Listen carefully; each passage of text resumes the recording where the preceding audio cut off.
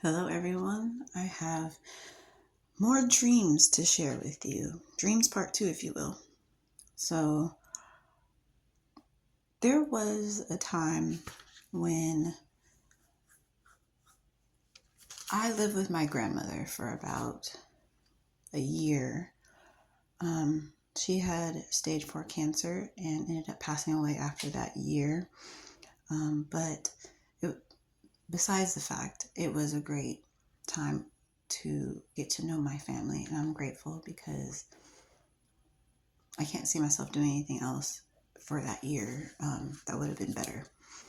Anyway, she passed away, and when she did, there was a couple of experiences that I had by myself, and I want to share them with you. First thing, we moved our situation in the house around. So there was a lot of different placements of furniture, people's sleeping areas, these type of things. The first night that I ended up sleeping in the space I was in a room that had a closet, that had a door that had a knob. The door was closed, and I woke up one day, or one night, I should say, middle of the night, and the door was wide open. And my initial thought was that one of these people in this house is messing with me. That has to be it. Turns out it was nobody in the room. Everyone was asleep. Like I said, it was 3 a.m. I actually went right back to sleep once I noticed the door was open and that there was no one awake because I was tired. But I woke up the next day and the door was still open. I looked in the closet and there was nothing in the closet to push the door open, so I was really confused about why the door was open, but I kind of dismissed it. Not too long after this experience, I end up having a dream where my grandmother is alive again. And when I say alive again, I knew that she was supposed to have passed away in my dream. And for some reason, she was alive and talking to me.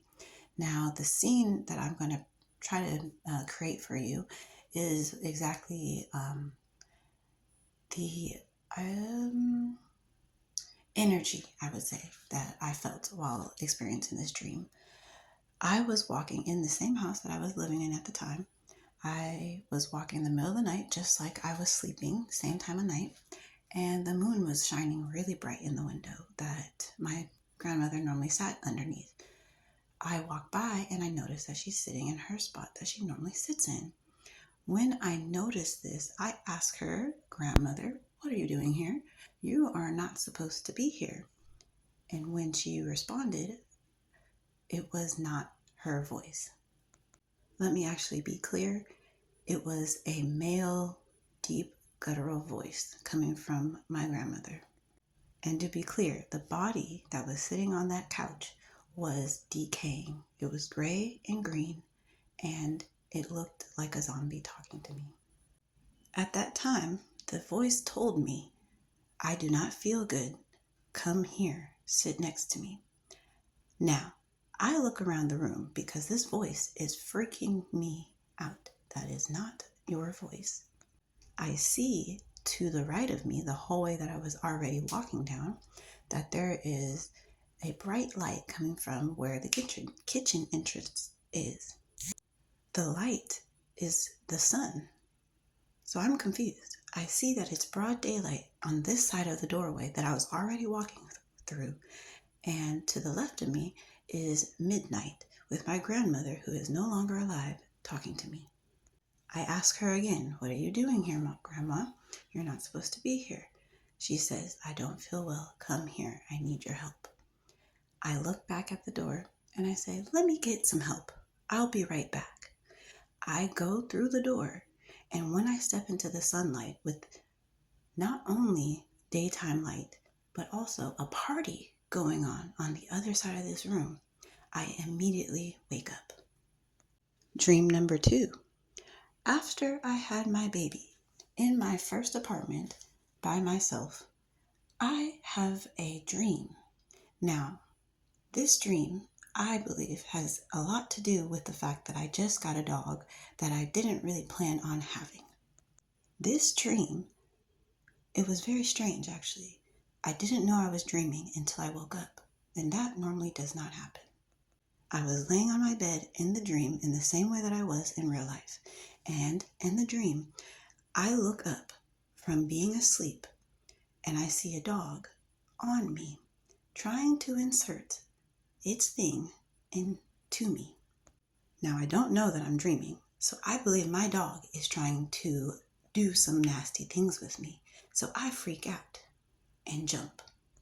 This dog runs away, and for the life of me, I cannot remember what the dog looks like. All I can remember is that it was basically a dark void of a shape when it left, and it left quite quickly.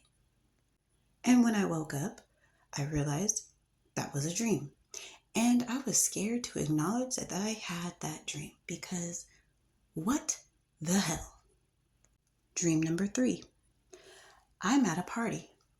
Suddenly, inconspicuously, in the middle of the party, just there, not questioning why, but I am just there. I look over with the inclination that somebody is staring at me. The back of my neck has hairs up in this dream. And when I look over, in the farthest corner of my peripheral vision, I see Little Meech. I do not know who Little Meech is, but I do recognize his face because we love Summer Walker. Little Meech being in my dream, when I woke up, to this day actually, confuses me because he was staring with the most intense stare before I just woke up. Weird dreams. Dream number 4. When I was in 5th grade, my family moved. And when we did move, it was right before Christmas break. The reason I'm telling you this is because the school I moved to had an active program about going to see live plays before the beginning of the winter break. Now, the first day that they go to see the play is also my first day of school. What play did we go to see? Ironically, because this was before the movie was ever made, The Lion, the Witch, and the Wardrobe. I had no idea about this story until this day. First day of school in this new city. Now, not too long after this day, I have my dream that I still can't really forget.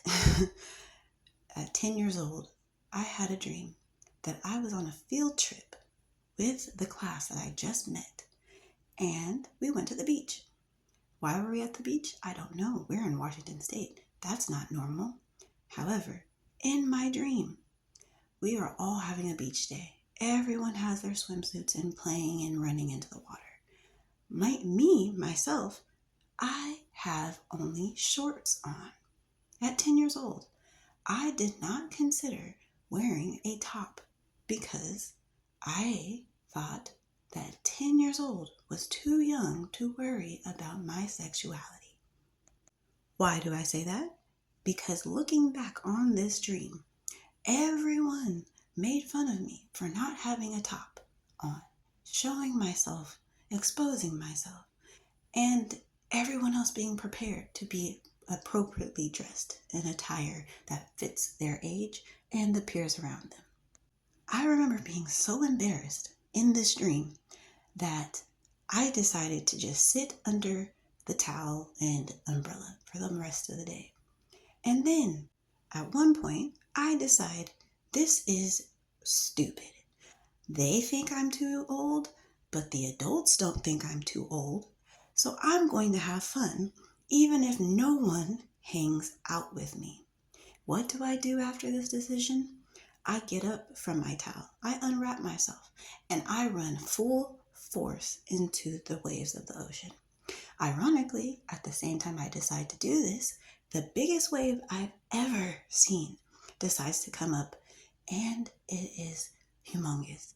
It actually blocks out the sun for a second. And before this wave can hit me, I wake up. I never forgot that dream and how it made me feel.